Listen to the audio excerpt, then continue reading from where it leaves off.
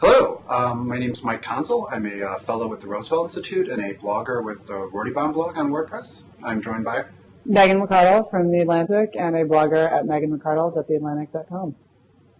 Nice. Well, how are you doing today, Megan? I am a little tired because I was awoken at the crack of dawn this morning by a bill collector who was calling for someone who was not us. And they've actually been calling for a while, mostly automated phone calls, but then when I said, well, this person does not live there, my husband, who has just, funnily enough, walked down the stairs behind the screen, said, oh, no, they've called before, and they told us they were going to take us off the list, and they haven't. And so I sort of Twittered this because I was a little groggy this morning. I didn't get home until late last night. And it turned a bunch of people sort of responded with the same thing. And it was sort of, typically the liberals were like, well, what we need is stronger regulation. But in fact, my impression is that we have very strong regulation in this area. What we don't have is strong enforcement. So we have something called the Fair Debt Collections Practices Act that says all of these things. You're not supposed to call people before, I think it's before 9 p.m. or after 9 p.m. You can't call them at work if they tell you not to. If they tell you you only want to communicate in writing, you have to do that. And yet this stuff continues. And I think part of it is that probably what debt collectors would say, fair enough, is that if you just call and say, is this person there, half the time the person will simply say, no, that person doesn't live here anymore, and hang up. But on the other hand, there's no way they have no interest in finding out if you're actually that person. There is no way for me to fax my phone records to this person to prove that now that the phone is registered in someone's different name and that they should please stop calling me. So the only answer I've come up with so far is the Dave Ramsey answer, which is that you get an air horn and you blow it into their ear and that you say, every time you call from now on, now that I have told you not to call me, I'm going to let off this air horn. Please do not call me anymore. And hope that will sort of spur them to stop. But we both write a fair amount about personal finance and credit, and I'm hoping that you have some better answers on this than I do. Wow. So I don't know if I actually have a ton of answers.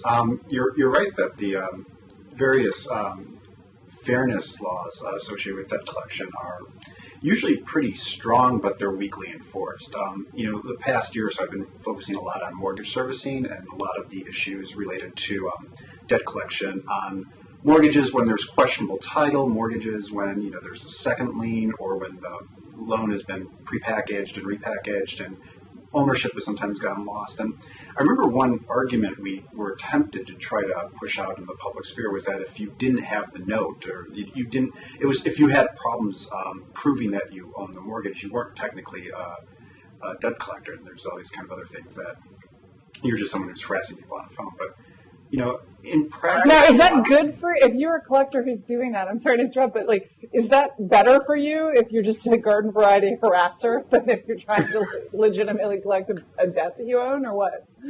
That's a good point, right? So there's a whole train there, but in practice, that's one of the reasons the Dodd-Frank bill kind of consolidated consumer regulation, because it's a point I always try to make, is that I'm very sympathetic to critiques that the consumer finance is not going to do very much, or it's going to kind of cause a lot of paperwork and probably not make a big difference.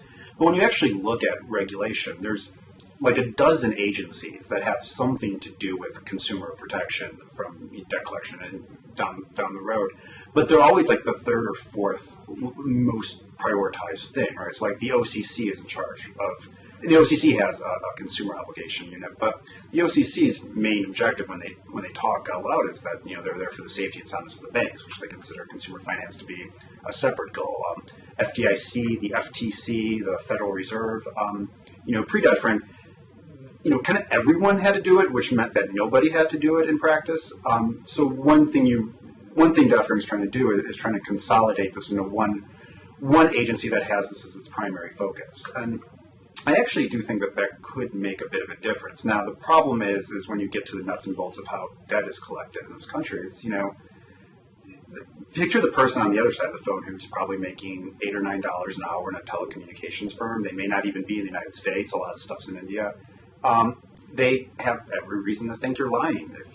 I don't know what the content of the debt was, but you know. I don't either. They wouldn't or tell me. company. Once I said I'm not this person, I was like, "Are you a debt collector?" She was like, "We were trying to contact them in a personal matter." Like, I know you're a debt collector. You're calling from Newark, Delaware. Okay, please stop calling me. Anyway, Right, sorry. like if I had 10 grand in credit card debt that I was clearly never going to pay off, like I would probably do a lot of things to try to throw the track. So like it's kind of a crazy system on both ends. And I'm in practice on a policy grounds, I'm not very sympathetic with creditors, but you know, when it comes to the actual nuts and bolts of doing the stuff, you know, it's not cheerful work to call people who have had, you know, various accidents or gotten over their heads and trying to harass them for money.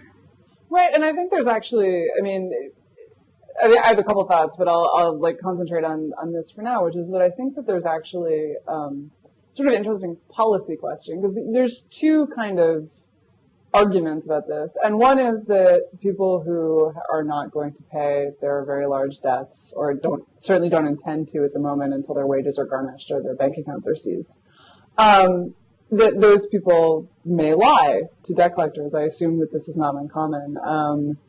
And that the debt collectors are probably pretty cynical, jaded people. And I think that if you asked them, you know, what social value does your service provide, they would say, well, for example, you know, one of the big trends is selling these very old debts. I actually had this happen to me.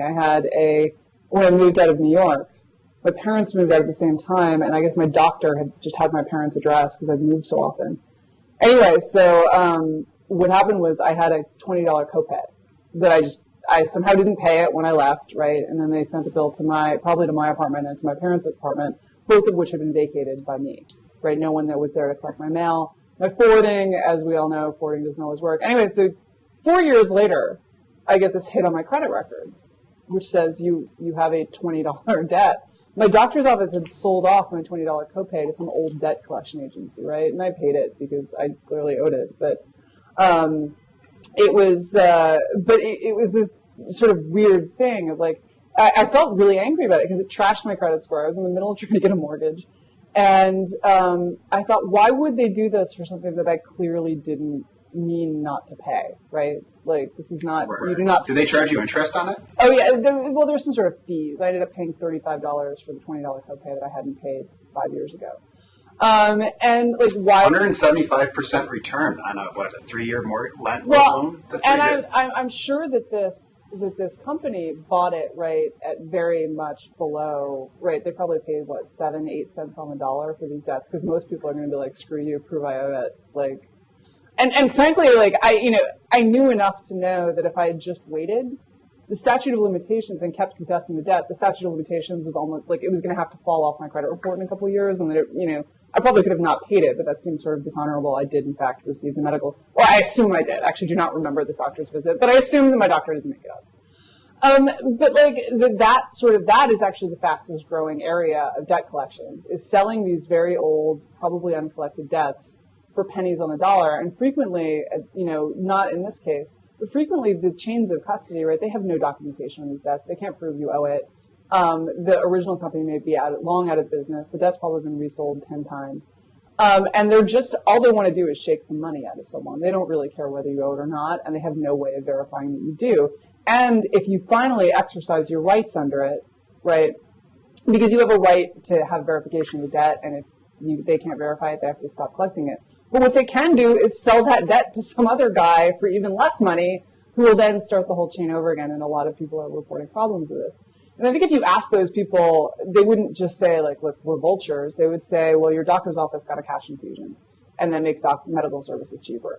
And similarly, if you said, they would make it, I think, more plausibly say the people who collect for Verizon or the utility companies or the credit card companies would say, look, if we didn't do this, default rates would skyrocket, right? If there were no disincentive at all to default, more people would do it.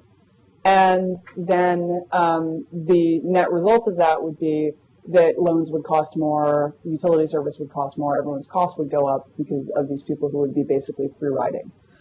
And like, economically, that is obviously at some margin the case. But I'm not sure I have a sense that it's at a very large margin, right? Like maybe the cost of phone service would go up by 1%. which is probably not going to, the extra $1 or $3 or whatever that you're paying a month for these services, you might well be glad to do it in exchange for not getting harassed by debt collectors, because the fact is that, like, A, by the time these debts are written off, they get written off at deep discounts, so how much could it possibly be helping the bottom line of that company? And B, most people are worried about their credit reports. They're less worried. You don't think, I better not default on this debt because 2 years from now some bozo will call me. You think, I better not default on this debt because it will be hard to get a mortgage or a car or a credit card or whatever it is. So, I wonder, so like on just the narrow question, I think it doesn't seem to me like there's a big cost to making debt collectors be slightly more responsible about trying to make sure they're contacting the right person, et cetera. Or at least giving people a mechanism to really say, like, no, I don't owe this debt, I never owe this debt, I'm not that person, you have to stop calling me. But then the second question is, why is this stuff so hard to enforce? Because the FTC is actually pretty good at being the FTC, right? This is actually very arguably, I don't know that it's a problem that this isn't in their bailiwick, right? Enforcing consumer abuses is exactly what they're supposed to do. But in the case of debt collection, and my working theory is just that, like, look, debt collection is, that regulation in general works best with large companies that are very stable and that are relatively few in number, right? That's when you get the most effective regulation. And when you get ineffective regulation is when you have what you have in the debt collecting. Right? No one starts off thinking, I want to grow up and be a debt collector. And so what you have in the industry is fly-by-night, people who are doing $8 an hour because they've got to pay their mortgage. And, the companies going out of business all the time.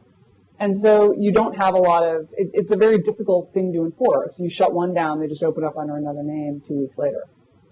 What are your thoughts on that? Right.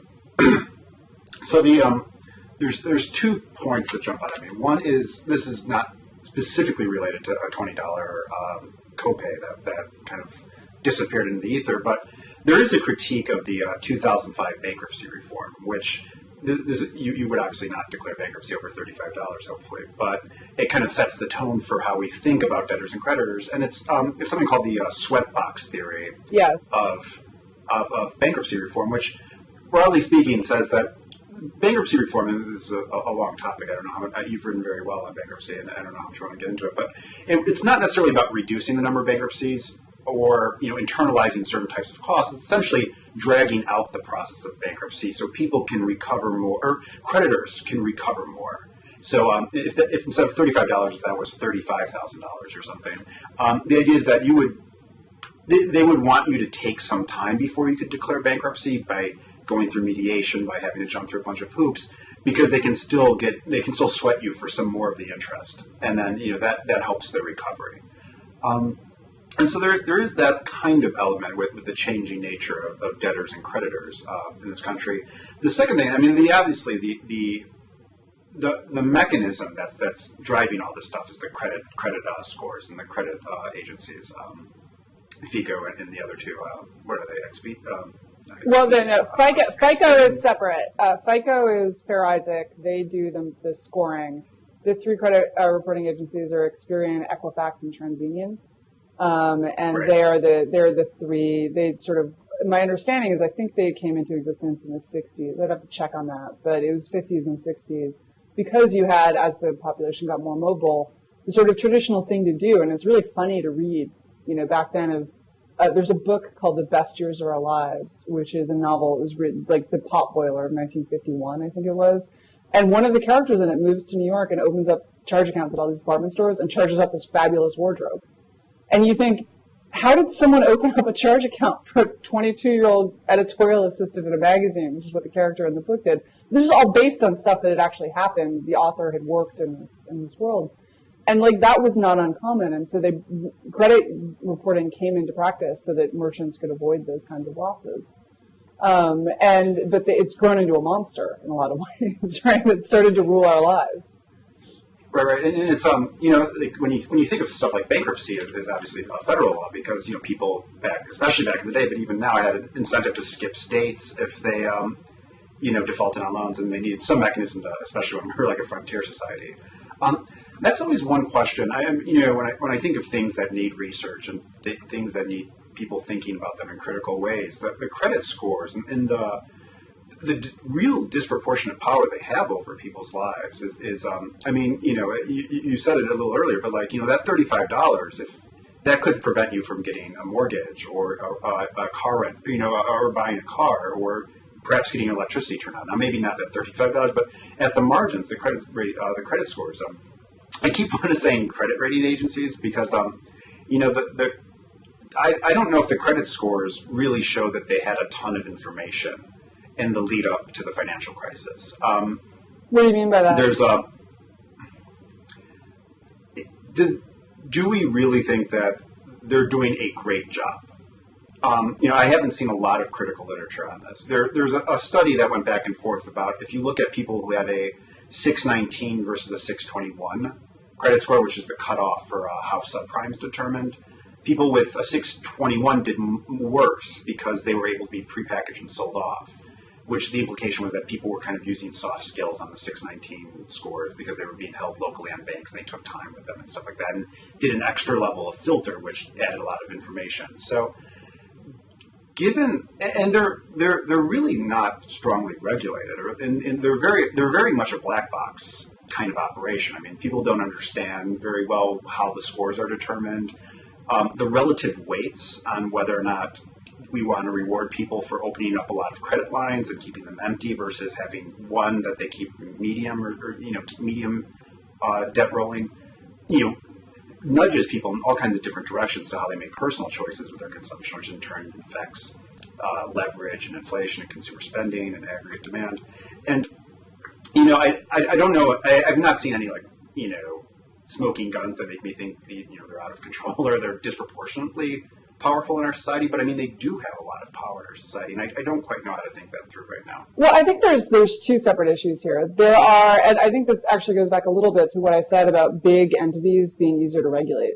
So the one area where the Fair Debt Collection Practices Act actually works pretty well is with the credit rating agencies, and those are those three, the Equifax trends. In that, if you have something that's erroneous in your credit report, there's actually a really well-defined, they have to let you see your credit report every year. There's a well-defined process for getting it for free. There's a well-defined process for disputing, and the kinds of information, how long it can be kept and so forth, that's pretty tightly regulated.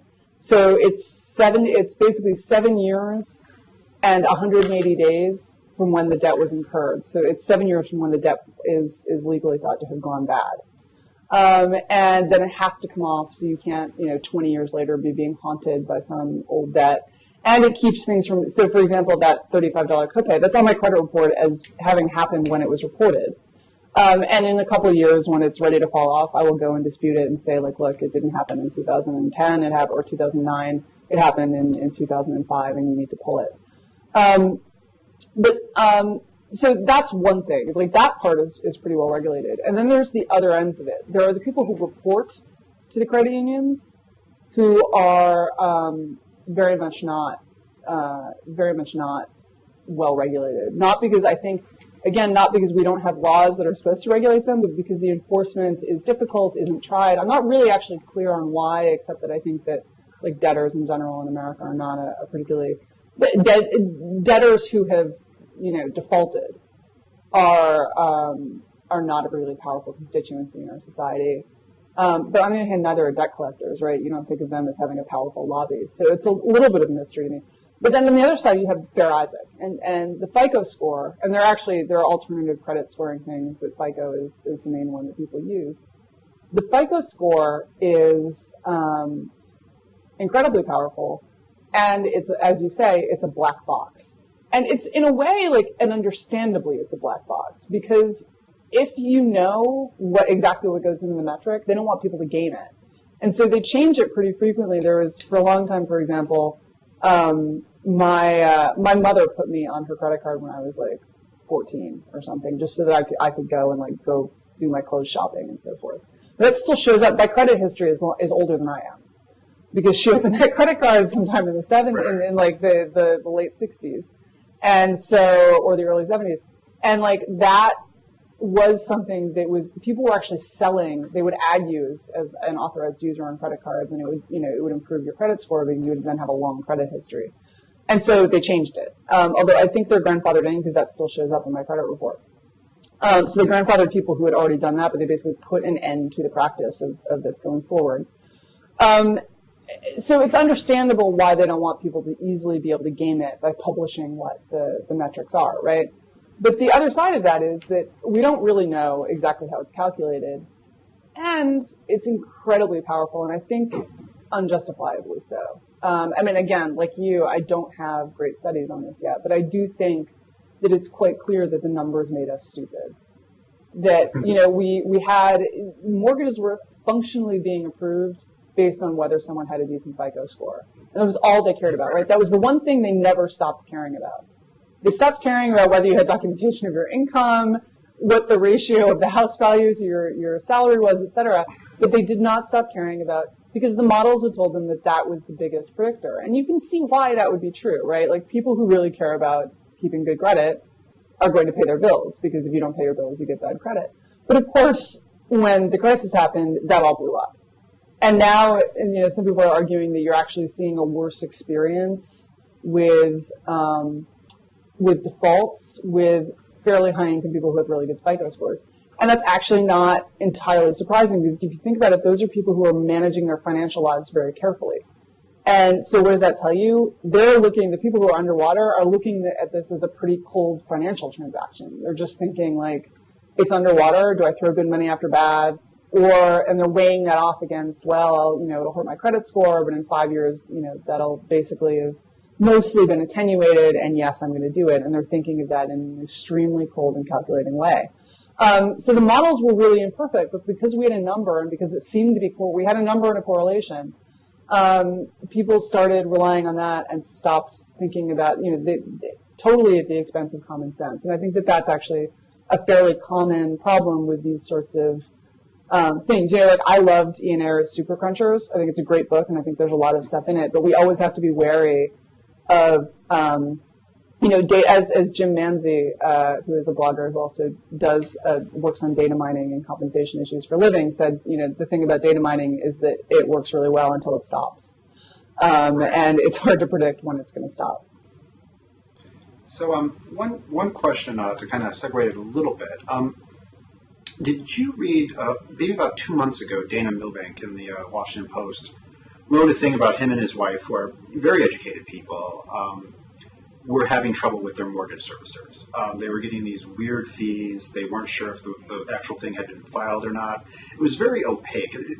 I'm sure you've heard the story from other people or in other media contexts, yeah.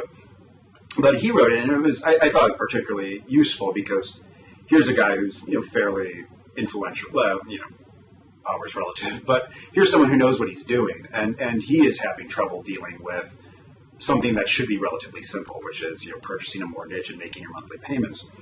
And the thing that struck me is he certainly didn't view it as like a crime was being committed against him. Like, he didn't say, it wasn't the tone like someone walked into a coffee house and stole my laptop or something like that. And it was almost more like, this is just a minor irritant to be dealt with, and kind of like the guy was supposed to show up to turn on the cable, and he didn't show up until way late or something like that. Where to me it's actually pretty, like, I think the servicer crisis, I think what's going on with foreclosures is pretty scary stuff. I think we have I know you've written about Professor DeSoto's comments about property rights, but making sure people know who owns what is a fairly important part of any economy, and it's particularly a very important part for a financial economy where people are going to be contesting ownership in certain ways.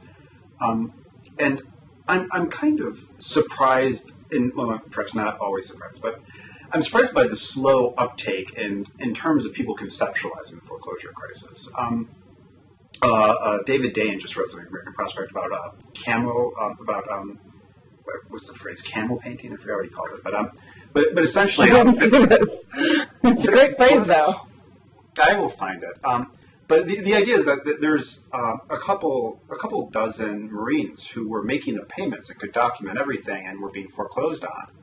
And the implication was that was because it was a military, it had this big congressional hearing, and the banks ran it very quickly, and they won this fairly big lawsuit. And that's a good... But also, people in the military have, like, the judge advocate general is very good at handling stuff like this, and it's apparently, like, or from what I understand, it's under-resourced. But whenever you talk to people who do financial stuff for military families, they're like, no, the JAG's great. Like, you go tell your commander that you're getting foreclosed on, this is happening, and, like, the judge advocate general will just go sit on this bank and be like, why are you torturing our patriotic soldiers? And it tends to get wrapped up pretty quickly, unlike the rest of us who have to kind of wade through this by ourselves. And so it's actually kind of shocking that it had gotten that far. Yeah, that's a good point. And so, sorry, I didn't. Camo wash. That's what camo it is. Wash. Okay, sorry, Dave. Camo washing. Basically, the banks want to say, okay, well, this was one problem, and look at how responsible we've been. But this people have warned about problems with collecting mortgage debt in the wake of a kind of collapsed bubble of very complicated ownership structures, going back to at least 2006 or 2007, and animate a lot of the debates around cram down and HAMP and second lien valuations during the stress tests. And even now, I mean, there's still, we're like 3 or 4 years in the crisis, and the recession's over for a while, and unemployment's still very high, and people are still like, there's a solution coming around the corner. So putting aside the effects of foreclosures on the economy, which we can talk about, but I think that's a very interesting but separate discussion. Where does all this go from here? I mean, in 5 years, are we still going to have very elaborate mortgage structures? Are we going to return to a more community-based banking system where you can kind of shake hands with the person who owns your mortgage? To me, that was always kind of a very unresolved solution in Dodd-Frank. The assumption that we'll just make up some rules about how to do this better later on, as opposed to really rethinking, is this brave new world really worth it? And DeSoto himself just wrote something for Business Week saying, the financial sector is basically a machine for forgetting now. And I was wondering, I know you've thought about a lot of this. Well, I guess to me there were a couple of different issues. There was a panic about this of like, oh, the whole system, and I took a little bit of part in it. When I look back historically, you just have these things that happen. We talked a little bit about bankruptcy law, and bankruptcy law is actually shockingly kind of contingent, and it springs up when it's the first century or more. It's in the Constitution that we can have one, but we only get one when we have a financial crisis, and then they have bankruptcy law for 4 years, and then they repeal it again. And it wasn't until 1898 we got a permanent bankruptcy code.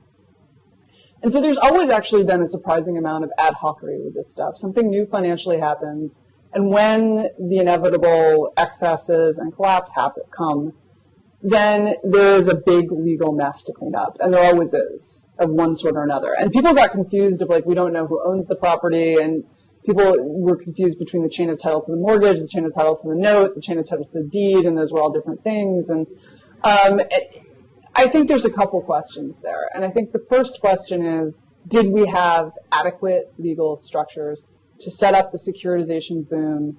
Securitization started in the 30s, but it really only became a thing in a real active part of the mortgage market, probably like the 70s, and then it really exploded in 1980 and beyond. And so there was a 30-year boom. It got out of control for a bunch of different reasons. There were things that I think aren't entirely unfair, right? The mortgage reporting process started to basically they attempted to bypass the need to pay a fee every time you change who has custody of the mortgage. Those people, they basically set up a central registry to bypass that system because this was like a big way of the counties milking people for taxes. And the fees were too high. I mean, I think that's actually, in a world in which these things get sold more frequently, the fees were not set optimally, and so they caused people to try to find a kind of backdoor way to handle that problem. That backdoor way to handle the problem turns out to be inadequate for a bunch of legal reasons that we probably don't have time to go into, nor, in fact, do I have the expertise to go into it. But the legal structures and the institutional structures were not robust enough for what we ended up having with securitization. I think that is crystal 100% clear.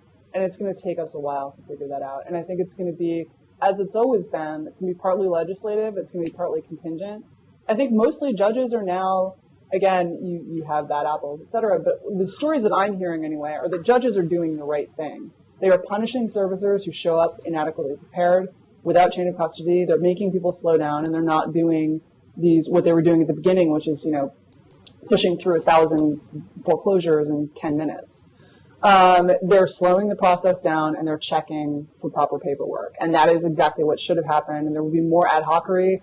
There will be bad, incentives not to do this because they will punish some bad offenders. As now in Florida, basically the banks are pulling back from, my understanding is the banks are pulling back from these foreclosure mills that were just these law firms that were just doing nothing but foreclosures for banks because so many of them misbehaved. It's causing a problem because we now don't have a lot of lawyers who are experienced doing this, but that's the right thing to have happened. That kind of ad hoc response, I think we're ultimately going to evolve something that's pretty robust and able to handle this particular problem. The second question is, do we want securitization? And I think that goes beyond the legal issues because I think we can set up a legal system that handles securitization well. I don't think that's a real question. We don't have one now, but I think it is a non-trivial but eminently solvable problem to do that. But what I think the question is securitization turns out to have a whole bunch of risks attached to it, right? So it turns out that when you spread the risk, the servicers are one problem, and I think that is an institutional problem that it's less clear we can solve. And so just to fill in the audience, I think Mike and I would both agree that servicers have some bad incentives about things like they may get paid more for doing a foreclosure than doing a modification, even if that modification makes bondholders better off. And that's not how the incentives should be set up. But that is how they appear to be set up, either because of bad fee negotiations or because of really bad institutional incentives and legal incentives. And the first one you could just solve, right? If all it is we screwed up when we negotiated the fees with our servicers, you just assume that's going to be fixed in the next round of contracts, right? So the second problem is arguably a bigger problem. Can you really solve what economists call the principal agent problem, which is that the guy who works for you does not have the same incentives you do. The guy who is doing construction on your house does not care about as much. His incentive is to make a profit, and he wants to keep a good reputation. Maybe he's a nice guy, but fundamentally he's there to make a profit, and you are there to get the best possible sort of house. And so you have people who have incentives to do bad things like putting in, poisonous drywall or whatever, or get out. And if you watch Homes on Homes on HGTV, you'll see this all the time, right? People cheat people because there's an information problem and it's hard to monitor. And so that problem, maybe introducing all of these intermediaries, right, with the servicers who are separate from the people who own the mortgage. All they do is collect the money and send it on, but they're not actually the people who own it. Maybe separating ownership from that management is too big a problem, so that's one possibility. And then there's other questions about just the way that mortgage bonds created this gigantic pool of systemic risk, right? It created all of these sort of hidden pools of risk in the system that blew up explosively. And we thought that the idea of securitization was that it was in reaction to basically the savings and loan crisis, which we all remember, and that sucked and was also really expensive. That savings and loan crisis was a problem of not being securitized. So basically, these banks held a lot of long-term mortgages at low interest rates that they made in the 50s and 60s. And then when inflation got worse starting in the mid to late 60s and then really started to tick up in the 70s, those banks were caught basically, they had to pay, say, 12% on their savings accounts in order to bring money in. But all of the loans were paying in on their books at like 6% because they loaned it when the treasury rate was 2%. And so they were just going bust. And the idea behind securitization was, look, you focus, and it was especially bad because you had places like Arizona and California had especially bad problems, some places in Texas. These banks were very locally concentrated. And so if the local economy went bad, the bank went under, and that made the local economy worse, right? Because suddenly you owned a company and that business isn't good anymore. Maybe you could open an ice cream shop, but you can't because there's no bank. And so like securitization was supposed to solve that problem. It diversified risk geographically, and it did solve that problem. It diversified risk geographically. It stopped people from being tied down to this extremely long, because it allowed you with prepayments, and I don't want to get too complicated, but it basically allowed you to change a 30-year mortgage into a bunch of kind of different securities, some of which might have a duration of 2 years, some of which might pay off in like something between 2 to 5 years, something which might pay off between 5 and 10. It allowed you to take a very long-term risky asset and turn it into something that was, in the ways that the savings and loan crisis have been risky, less risky. However, it also turned out that it was more risky in some other ways, right? Because it allowed us to kind of synchronize our real estate nationwide, and then it all went to hell at once. And so that, and I'm sorry that was really long answering your question, but I think that these are the two. The questions are: do we have the legal institutions now? No. Could we get the legal institutions? Maybe. Do we have a problem with the servicer? But is securitization a structure that is an economically good idea?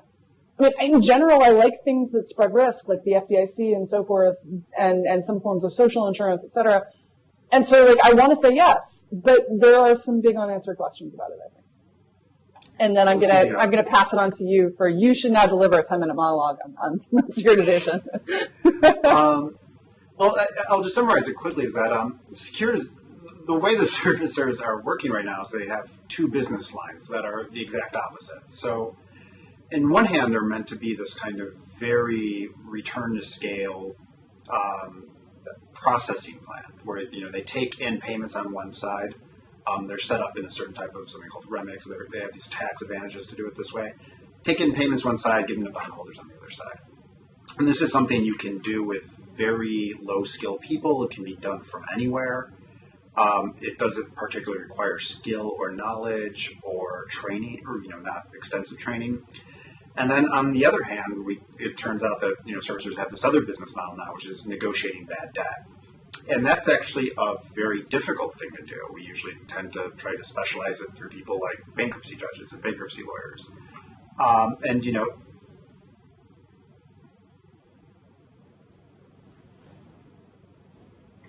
Exactly. It's like issuing a brand new loan for all intents, and that requires a lot of energy, and you have to have some knowledge you have to have some sense of what the other person's up to. You don't just have to cash a check from him, and you have to also have some sense of maybe what the local market looks like, what the macroeconomic conditions are over the next couple of years, how the person's industry is doing.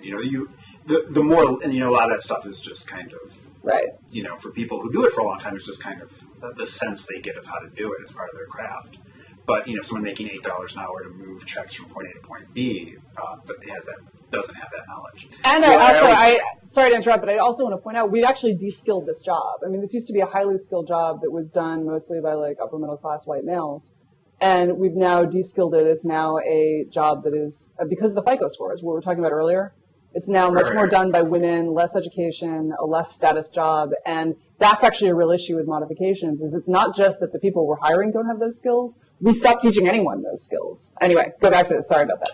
No. It's like a pyramid of problems, and it's so you have the baseline, then you have agency problems you talked about. It's the next layer up where people are paid essentially to give bad modifications to drive people in foreclosures. So you have an information problem. People don't have enough skill or resources to figure out things. You have an agency problem. You have a direct conflict, something with second liens where sometimes these servicers have a direct stake in the mortgages where they would have to take a loss. It puts them at odds with the people, in a very direct bottom line way with the people they represent. And then there's on top of that layer is MERS, which has to do with the kind of background title movement device that they use. So I want to move on slightly from this. There's an issue a little bit with what I'll call fraud. Now, fraud's a legal term, so I don't necessarily mean it legally, but there's a lot of stories about mortgage servicing where people. The big stories are Magnetar, which was in Hugh Smith's book Econ. ProPublica just won a Pulitzer for writing about it. Another story about a similar kind of workshop called Carrington was reported by the American Banker. But basically, you had people take the riskiest part of these mortgages and then basically set up something that fails. And the analogy people use is the producers, the movie The Producers, where the producers, in theory, had the most risk, and therefore they should have had the best incentives. They should have shown the most due diligence, but they took insurance out on the thing, and when it failed, they won a lot of money. And one thing I've been thinking about a lot lately is, did that help? How much did that help cause the financial bubble? There's a narrative where the financial bubble comes from the fact that interest rates were very low, or that there was something called a global savings glut, or something with trade imbalances, or something that's very macroeconomic, something that involves lots of high-level thinking, big numbers, global trade. But there's another story that says, okay, this is actually about people kind of setting up these mortgages to fail. And, that's something that's normally microprudential, right? Or that's something that happens between two people. Like, one person gets rich, the other person gets poorer, and at the end of the day, a lot of other people may think that's bad for justice or for our laws or whatnot, but that's not driving unemployment, that's not driving aggregate levels of leverage, that's not setting us up for a crisis. So most of our financial regulation, the theory behind it, has to do with protecting poor people and naive people from being ripped off. And then there's also parts of it that are designed to prevent banking runs. Right. And then the general, I've heard various people say this, is, rich people ripping off rich people is not really an issue for regulation. I mean, that's bad and we don't want it to happen, but they should have hired better lawyers, is that kind of thing. Like, Bernie Madoff is not like the specific, like, making sure we prevent every possible Bernie Madoff is not the specific role of regulation. We would like to prevent those, but it's not something we should, overturn everything or, destroy any type of financial institution to do. What I've been thinking is, how much is it a kind of macro problem? How much is bad financial regulation or lack of financial regulation or regulatory arbitrage, or however you want to phrase the problem, how much does that contribute to the housing bubble we had? And how much does it contribute to the kind of really protracted delayed recovery that we've had with this kind of?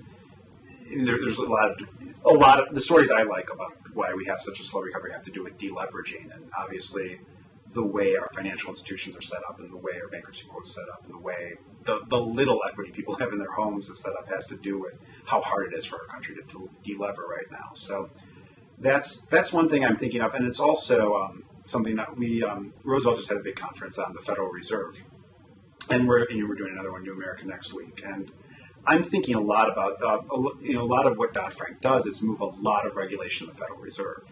And I am of the opinion that, for financial regulation to be effective, it has to have some level of accountability. That's why that's one of the reasons people are so mad about the bailouts, is that it's this very unaccountable thing. Certainly the way people perceive it, and even probably in practice. And now that the Fed, which is arguably the least transparent and the most unaccountable by design and by institutional pride, is now responsible for making sure that Citigroup is collateralizing its derivatives positions. And the CFTC is in charge of that, but it at the end of the day is going to be the ultimate overseer of financial risk and financial stability. And one last point is that one of the conference panelists, this guy named Joe Gagnon, the guy who did QE1 and kind of proposed QE2, he was at the Fed in the 2000s, and he was talking about, he was part of the macroeconomics team, and the economists and the kind of dorky guys over on the one side of the room, and he said that they all kind of knew that there was a housing bubble, but they thought that A, would be contained, it would look kind of like the stock bubble, and B, that it would, for them to stop, it would have really caused a vicious recession for them to have to raise interest rates that much. And 3, that they would go across the hall to the people who did financial regulation, as much as it was done at the Fed at the time, and people who were coordinating with other teams, and they would tell him that everything was fine, that there was nothing to worry about. And he had no mechanism to really, they had no language to talk to each other at an academic theory level, and also not practical institutional manner. And so that is, we'll see how Dodd-Frank works. We'll see how the financial sector evolves in the next couple of years. But one thing that does have me worried is that, we can turn into a broader critique of Washington consensus, great moderation stuff. But in practice, the Fed does not have, its eyes are on macroeconomic principles, and it does not understand how, and none of us really do, how well the financial sector influences that. I think there are a couple of issues. I'm probably more of a I think I'm more of a regulatory pessimist than you are. I mean, my sort of whole theory of this is, first of all, that like asset markets get bubbles. They show up even in the lab with the experimental economists. That there was undoubtedly fraud in the mortgage markets. Most of it seems to have occurred, say at least as far as I can tell. The worst of it seems to have occurred at the mortgage broker level, not at the bank level. That in fact, when you look at the story that people had an incentive to create really terrible securities and pass them off on someone else, like it sounds good, but then you look at some place like Bear and even Lehman, as far as I know, like these guys got taken down because they were eating their own toxic waste, right? They're taking the worst possible tranches of their mortgage securities and stuffing them into their own portfolios, and that sort of cuts against that aspect of that particular critique of. I think people just get like, I think it would have slowed it if there was less toxic waste being created, if there was less stupidity. There are many, many elements of gross stupidity, and undoubtedly some of the people. I think some of the mortgage brokers, frankly, didn't kind of understand exactly what they were doing. Either on a macro or micro level, I think they thought of it as basically harmless and in some sense it is, right? Like, in some of the border cases, right, if they're saying, well, look, why don't we up your income by $500 and see what happens? You make $35,000 a year, let's make it $35,500. And that is probably, right, the $500 is not going to be the difference between you losing your house or not. Nothing that you could solve by delivering pizzas for a few weeks is going to cause you to lose your house. And so, like, that stuff was really common, and then it spread. They just started to think of it. I don't think that they necessarily, certainly understood that it was, like, technically wrong, but I don't think that they understood that they were doing something that was really dangerous and horrible. Some of them probably did and didn't care. But I think also a lot of them probably felt like they were genuinely helping people get into the houses, right? And I just tend to think that, like, that this stuff happens. You see it over and over again. It's a historical pattern. But what we tend to do after this stuff happens is, as with the S&Ls, right, we made a lot of regulations that made it very hard for that to happen again. Well, some of those regulations created this crisis. It's not like we cracked down or didn't crack down, but we changed the way we regulated things. And we changed it in ways that distributed risk, that took away a lot of the restrictions that had been on S&Ls about what they could hold in their portfolios and so forth. And then we changed it again when it all blew up. But we didn't have that crisis again. We had a completely different crisis. And so I tend to not be as obsessed with, like, is this financial regulation system going to prevent us from having crises again? Because I don't think it's going to. The things I am obsessed with are things like, can we make the next crisis less expensive with things like capital ratios? Are we doing a good, I think the FDIC does a really good job at what it does, and that it would be nice if more financial regulators had that kind of, like, combination of prevent crises from happening, both through prudential regulation and through mopping up when the inevitable does happen and some people go wrong. So like that, the Fed, I think it's complicated because on the one hand, I think it's pretty clear to me you want money supply insulated from the political process. And I am, in general, not someone who is a big fan of unaccountable political institutions, so I cannot tell you with what wrenching pain this admission is wrested from me. But I do think that when you look at what happens to money supply when the Fed is too closely tied to, the 70s, right? The economy is bad, let's have hyperinflation too. That will make things much better. Because in the short term, that's correct. It's just in the long term, it's not. And then I think I think that the unaccountability, the insulation, I shouldn't say, they are accountable, but they're insulated from the political process. On the monetary side is good. But managing the money supply also involves quite a lot of managing the banking system in general, right? And that's where you get into a problem, because the regulation of the banking system shouldn't be unaccountable in theory, right? Like that should be something that we have decent oversight on. And I don't know how to bridge that gap. I think that's a tension that we just may never resolve, that we do not want. I mean, can you imagine if Congress could call Ben Bernanke in and be like, come on, let's step it up, 6%, boost the money supply right now. So, right now this would not be a problem. But every 2 years, right? As soon as the House was coming up for re-election, 6 months ahead of time, they would basically be instructing the monetary authority to step on the gas and put some monetary stimulus in, and that would end up being disastrous. So I think that or they wouldn't necessarily be instructing him, but they would be making it clear that if he didn't, there could be problems down the road, and so I think it's a tension, but I really don't know how to cure it. I think that, and then you say things like, well, let's create for the consumer side, let's do the Consumer Financial Protection Board. I'm not against it. I'm sort of less enthusiastic in part because it goes back to the other problem that we are also both in agreement is a problem that you've got 92 different centers of power, of regulatory power within the banking system, and now we're adding number 93. And these are really core issues that I don't think we're ever going to solve them perfectly. We're just going to have to sort of make trade-offs within these kind of problematic choices. Yeah, I think that's. I think that's mostly right. I do worry about. I do worry about. I do worry that there's a problem, right? So there's too many regulators, and still, even though many of them have been condensed, right? The OTC was collapsed in the OCC, or the OTS was collapsed in the OCC. And yet, I am not convinced that the OTS is really dead. I am not sure that this is permanent. This could easily. I have seen way too many corporate reorganizations and government reorganizations, for that matter. It could rise up again and respawn from the. The new talking point that they're telling congressional staffers is that it's a marriage of co-equals. The OTS merging with the OCC. The OTS, for those who don't know, is it's not a very good regulator. It is widely regarded by everyone on both sides, left, right, center, etc., as the worst banking regulator there was. It's the Office of Thrift Supervision. Go on, sorry. This is a bit of an exaggeration, but it was regulated thrift, so all these kind of hedge fundy things would put a thrift in their office and call themselves a thrift, and the OTS would become the regulator. They would shop for them. So AIG Financial Products, which wrote all these tail-end derivatives trying to insure the world from not blowing up, was regulated as a thrift, something that it was not. So just as if it were housed in a 7-Eleven building near your local shopping mall. It's awesome.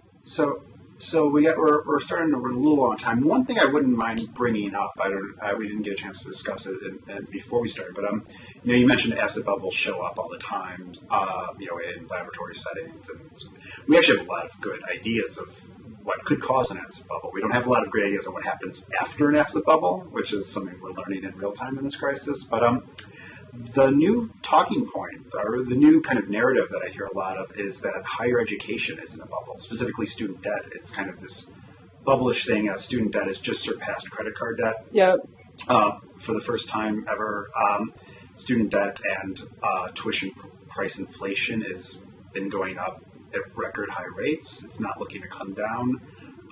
As a result of a lot of state budget retrenchments in the past couple of years, you've seen, as a result of the crisis and going forward, no doubt, you've seen a lot of the shifting of tuition costs onto students as opposed to shared among taxpayers. And there's a lot of, the narrative, it comes from a lot of different directions, and it often means different things to different people, but they range from, college is just simply not worth it anymore. And when they mean it, they mean more like the marginal person who is deciding whether or not to go to college, not the person who is, going to go to an Ivy League school, is already trying to pick out law schools in high school or something like that. At the margins, let's keep it at that rate for right now, is taking on average $20,000 in debt to get an undergraduate degree worth it to this economy? Well, I think this is a really interesting question, and I should disclose that I'm in fact writing a column on this, so I'm going to try to skirt and not preview my. But no, in a broad question, I think there's kind of an interesting thing, right? The value of higher education is clearly being bid up, right? Because tuition is growing way faster than inflation, and costs are growing too. But because these are nonprofit organizations, that to me looks a lot like a nonprofit deciding that they can make more money and take it, and have more fancy campuses and increase the status of the faculty members or reduce their teaching loads or whatever it is. And so when you ask, is it a bubble? One of the things you're asking is is it worth it? Because Google stock is in a bubble, right? It started at it's gone up 8 zillion % since it IPO'd. But I don't think that you would call it a bubble. I think you would say, well, the company has gotten way more valuable, right? And is making a lot of money. You can say it's overpriced, but I don't think you would say it's a bubble, right? You could say people are overvaluing it, and they do, but it's not just a sort of crazy unrelated to the underlying asset value in the way that houses were at the end, right? Where like someone wrote a letter to the Washington Post where they said, I have this plan. It was the financial columnist. We're gonna buy a house and live in it for 2 years, and then we'll sell it, and then we won't have to work. We'll just live off. And the financial columnist was like, I don't think that is a very good plan. It's like, and if you think about this for a minute, economy wide, how could that possibly work? We're all just gonna buy houses and live in them. No one's gonna make anything. So is education more like Google stock, or is it more like a house? And I think that it's, we certainly know the price is going up, and I think that part of that is that student loans have enabled students to move. Basically what's happened is, it was always true that getting a college education increased your earning power. What loans do, right, is they allow you to move some of that earning power into the present. And then what the colleges said was, okay, we'll give that to us. We would like to take it. Right. And so I think that the return on a college education may be going down as people are bidding up. But I do think that you're right, that it's probably binary. That it's for the people who were already going, the return may not be falling nearly as fast as for that extra person we're adding to the system. And I do think, so I think financially it's unclear. I'm still in the middle of running all of these numbers and really trying to actually get down, because it's a really complicated question. But then I think the question you sort of have to ask, because Obama came out and we want to send 8 billion more kids to college or whatever it was. And I really want to say this very carefully, because I do not in any way want to be in the position of being like, the proles should not go to college just for people like me and Mike. Right. But college isn't for everyone. And there's a tendency for people like you and me, I think, to think like, I loved college. I loved grad school. I loved being in school. I would love to spend the rest of my life in school. If I could, that is what I would be doing with the rest of my life, is just being in school and having other people tell me awesome stuff, which is why being a journalist or a think tanker is so great, right? You just spend your whole life having experts tell you amazing new facts and learning stuff, which is great. But for a lot of people, academics aren't fun. And so it really does have to have some sort of instrumental value in terms of how does it improve their life when they get out. It's not recreational. And, or not, I don't know, what's the word I'm looking for? Recreational isn't the right word, but it's not fulfilling simply for itself in the way that it is for a lot of people but the people who decide educational policy in general, right, are people who really like school. And so, like, I think the system, how well is the system set up to add value to those people's lives? And I think the answer has got to be in a lot of cases, no.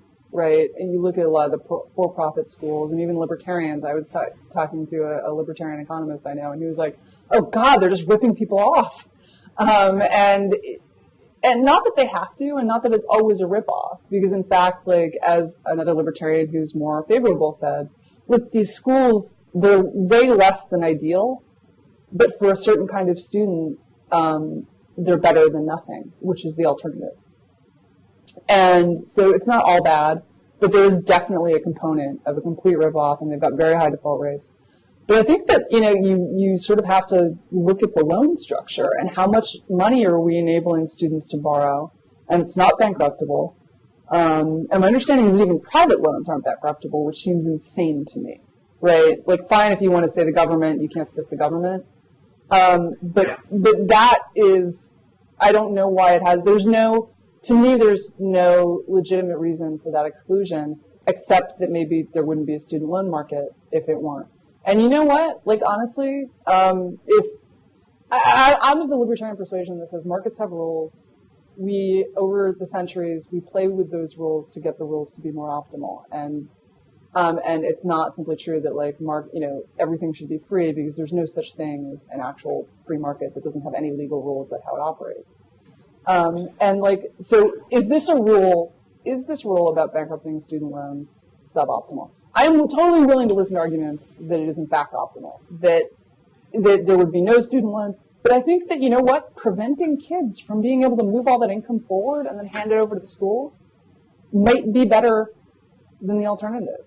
Maybe we should make student loans incredibly limited so that you really wouldn't, you could get a 1960 college education, but you could not get, because college educations now, it's like a Cadillac. Everyone's getting a Cadillac now. Everyone is paying for all of these student groups starting up, and they all get money and beautiful new auditoriums and gyms and facilities, and students expect that. They shop on that. But they shop on that because we're enabling this with this weird debt structure. And in general, I think that, trying to get beyond status quo bias, I am leaning towards the position that at the very least these loans should be normally bankruptable. And if that destroys the market for student loans, then that's not a good market. If the only way you can get people to lend stuff is that you get to like garnish Social Security checks in 40 years, then that is a bad market, and we should think about destroying it.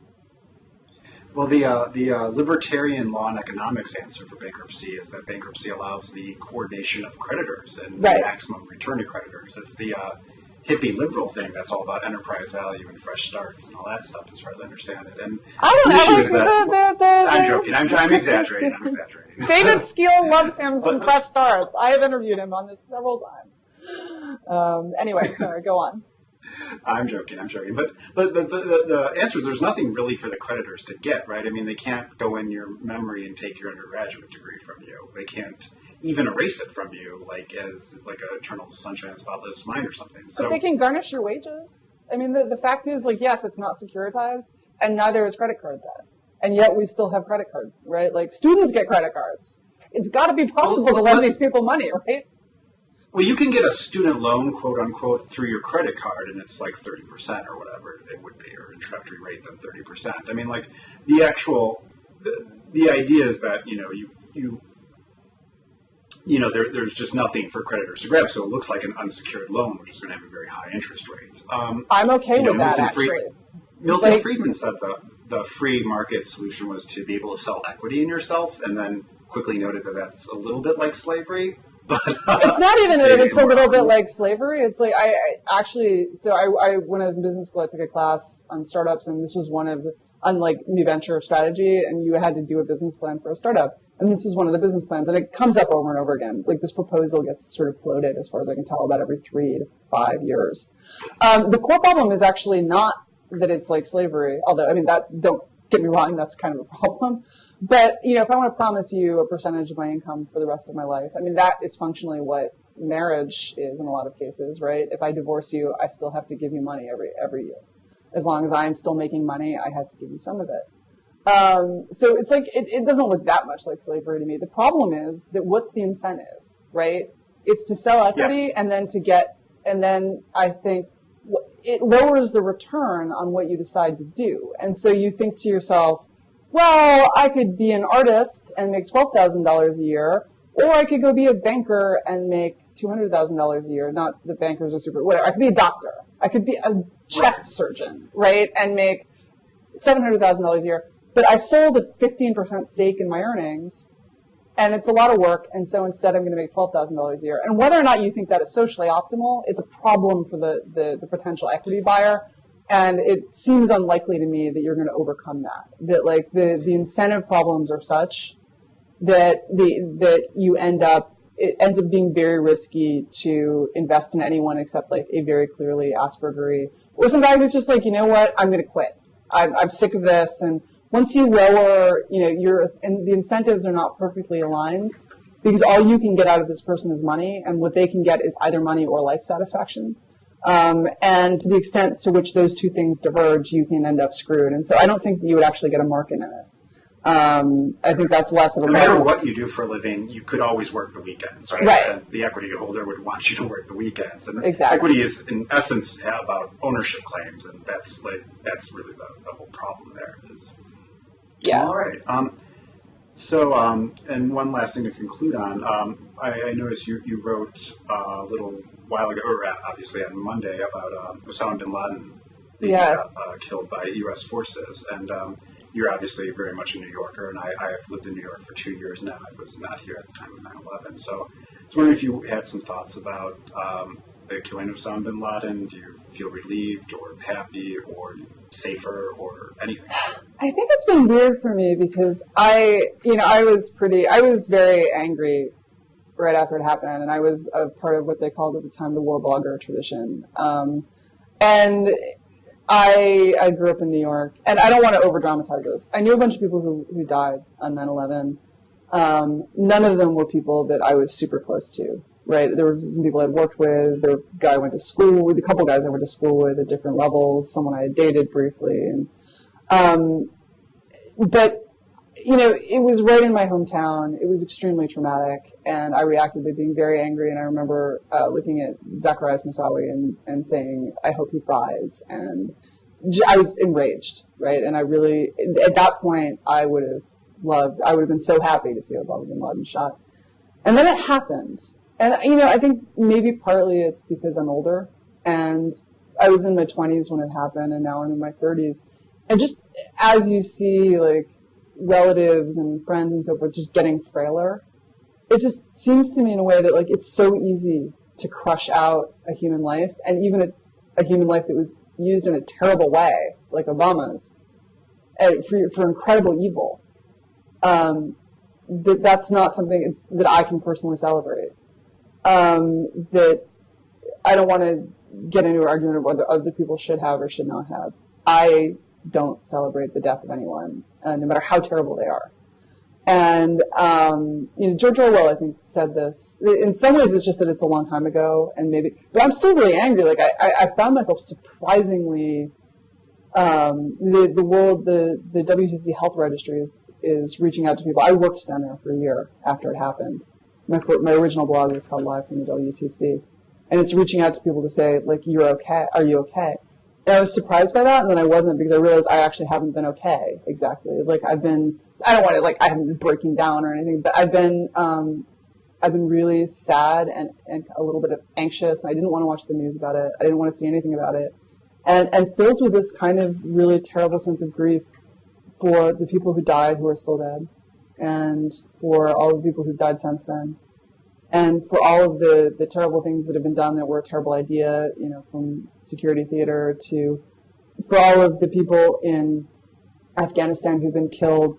Not necessarily, you know, I basically still support certainly going after Obama in Afghanistan, but nonetheless, a lot of civilians have been killed accidentally, not necessarily anyone's fault, not necessarily something that shouldn't have happened, but nonetheless tragic. And so I've been filled with this terrible sense of just tragedy and regret and grief for everything that has been lost since then, and how much the world changed on 9/11 in a terrible way. And I just, you know, and I think it was interesting that so many of the people who were really doing the USA chants and the celebrating were young. And I don't think that, like, I certainly have lots of friends who are my age who were like, you know, yay, better off dead. I wish I would have gone down there if I weren't so tired and I didn't have 3 kids, and et cetera. And so I'm not criticizing. I find it striking that so many of them were like college kids for whom this was kind of like announcing that we had shot Santa, or like, I guess more like announcing that we'd shot Satan, right? Like, he was never a real human being to those people, because when you're 9, very far away evil figures are not real, right? Like, in the way that I thought, like, Hitler, to them he's like Hitler or Stalin, or, you know, whatever the bogeyman of our youth was. To me, he was still a person, and I realized, like, eventually I'm going to die, and my life will be extinguished, and I will be, no doubt, as terrified and horrified by it all as he is. And it doesn't make it any better for me, as he was. It doesn't make it any better for me that he didn't care about that in other people, because he didn't, right? Like, he was a terrible person who did terrible, terrible things. But there's a really great thing from C.S. Lewis that I quoted today. There's 2 things that I blogged today, and one was a passage by George Orwell where he points out that, like, in 1940, who wouldn't have thrilled to the thought of kicking an SS officer? But at the point at which it became possible, it was just kind of gruesome and pathetic, right? I mean, this guy is, like, sad, you know, completely defeated. We have him in our power, and it doesn't really improve anything to abuse him, right? It just makes us abuse him. It just makes us being abusive. It doesn't change anything. It's that revenge is something you want when you're impotent, not when you are powerful. That when you're powerful, even if you get it, you may take it, but it's not nearly as satisfying as it would have been when you actually didn't have any power over this person. And the other thing with C.S. Lewis, and he points out that, like, it's okay to, you know, I don't think that it was wrong to shoot bin Laden. it's okay to do these things, but that we should be sad that this person wasn't better. In the way that we are for ourselves, he says when you talk about loving your neighbor as you love yourself, that it seems impossible because you say, well, my neighbor did this terrible, terrible thing. And you think about, okay, well, there is one person that I have in fact always managed to love despite the terrible things that they do, and that's me.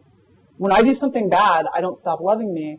I'm sorry that I turned out to be the kind of person who could do that. I'm sorry that I've done it. I'm sorry to be less good than I wanted to be or should be. But I don't stop loving myself, and that is actually this spirit in which we should approach. Not that we think, oh, we shouldn't kill him. Not that we think that isn't our duty necessarily or whatever, but that we are sad that it's necessary and that we wish that he had been better right up to the end. And I think that's, to me, that's where I ended up, was that I was sad that it was necessary, and I still wish that he had been better, and I'm sorry that a life was both wasted on the terrible things he did and was ended. But that's not a popular sentiment of many of my readers and Twitter followers. I'm sure I will get like a lot of angry people in the comments on the forum because I don't want to tell anyone else how they should feel about this. I don't think you can, right? This is how I feel about it. It's surprising to me how much of an unfolding dynamic event the death of bin Laden has been, because there's been waves of like people being very celebratory and then feeling kind of that we celebrated it too much, and then there's not necessarily grief for bin Laden, but grief for what has happened over the past decade. And, just this kind of unfolding, almost meta conversation among people that I hope it ends up being very productive and very focused in very useful ways. I was up near Columbia University when someone sent me an email that there was going to be this press conference, and there was like worries it was going to be like a meteor strike or something like that, and this was Sunday night, and then it quickly was leaked that bin Laden had been shot, and it was kind of weird. I was with some friends who were fairly left, and there was a lot of different back and forths, and one was kind of like, is this just another head of a hydra, and congratulations on that, or is this really something that's a turning point that can be used to kind of start to change the things we don't like about what our country has done in a more productive way? Will this actually be a reactionary force where we justify torture and justify covert ops into Pakistan and predator drones and all that? And I'm still very much up in the air, but we actually went to a bar across the street, and there was word that people were gathering in Times Square, and people were gathering near Ground Zero, and we're at this bar, and two kids who were presumably like 20, 22 came in, and one was wearing an American flag as a cape, and they chest bumped each other and were like, USA, USA, and I really had no, and it was like like very much like a sporting event. I think that's the metaphor people have used, and I think it's accurate.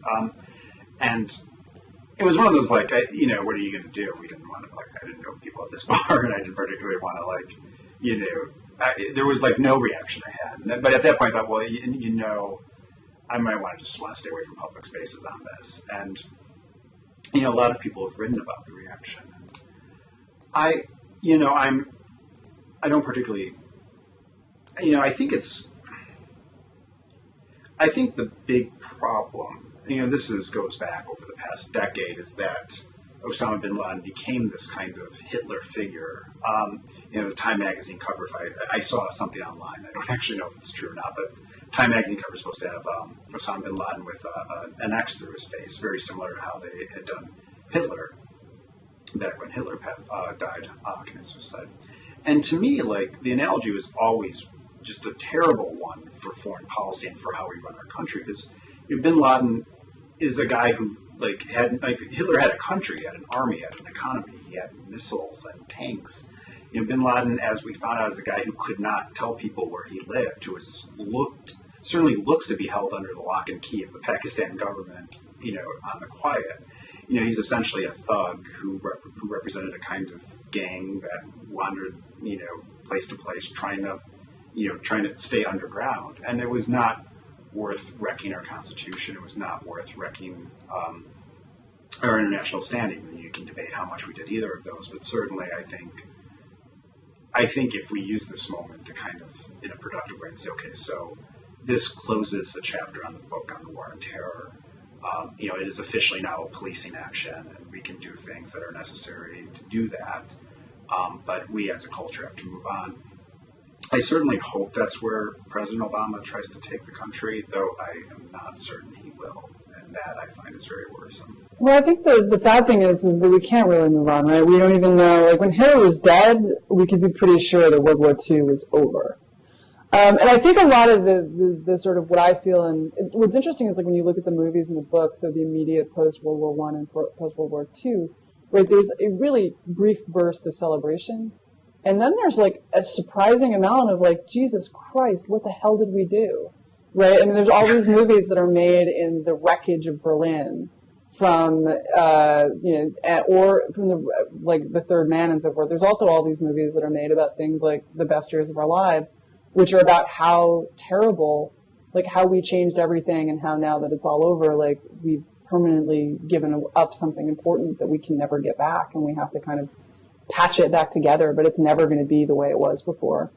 And so like I think that that's just a natural, I think that we are experiencing that feeling. Like we had the brief celebration and now we're kind of going, what the hell? Like, why am I getting naked X-rayed at the airport? Why is all this stuff happening? Why are all these people dead?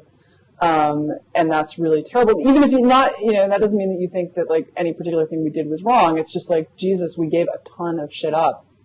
I guess I shouldn't have said that on camera, but we get a lot of stuff up to get this. But the worst part about it is that for us, unlike for the people in World War I and World War II, it doesn't mean it's over. Right? Even with Korea, at least we knew we were like basically going to pull back to the DMZ and people could come home and the rest of it. We don't know what's going on. We haven't even gotten to an armistice. We don't know how many people there are out there. We don't know who we're fighting. We don't know it's over. We don't have any way to ever declare that it's over. And that is really disturbing, right? Like, so we've almost got the worst of both worlds is like, we have this sense of unsettlement of looking back over the last 10 years and looking at everything we've lost. But we can't even say, okay, it's over, a new chapter. All we have is kind of, maybe this makes terrorism less likely and the war on terror is over. Maybe everyone decides that they're going to avenge bin Laden and we get a big terrorist attack in the next 3 months or in the next 3 years, or we don't know. And that's really, it's hard. I just think like it's a very weird time. It's been, to me, a very weird week. And much, much less happy one than I would ever have anticipated 10 years ago if you told me that, eventually we would get him. And on that happy note, on that note, but on that note, also like the good stuff also still goes on, as they always ended up pointing out in those movies. The sun is still shining, my garden is coming up, and like life is still good and worth living. But it's like we should be focusing more on that stuff. I hope, because that's all we're going to end up really having. We're not going to get closure on this, I don't think. That's right. And but it was great talking to you, Mike. And I'm hoping to come see you next week when you're in Washington. So I'm really looking forward to learning all about the Fed and how terrible or not it is. But anyway, excellent conversation, I thought. Sorry that I interrupted you so frequently. No. Ridiculously lengthy monologue about securitization. Sorry to the audience. Anyway, farewell, Internet, and I will hopefully see you next week. Take care. Cheers.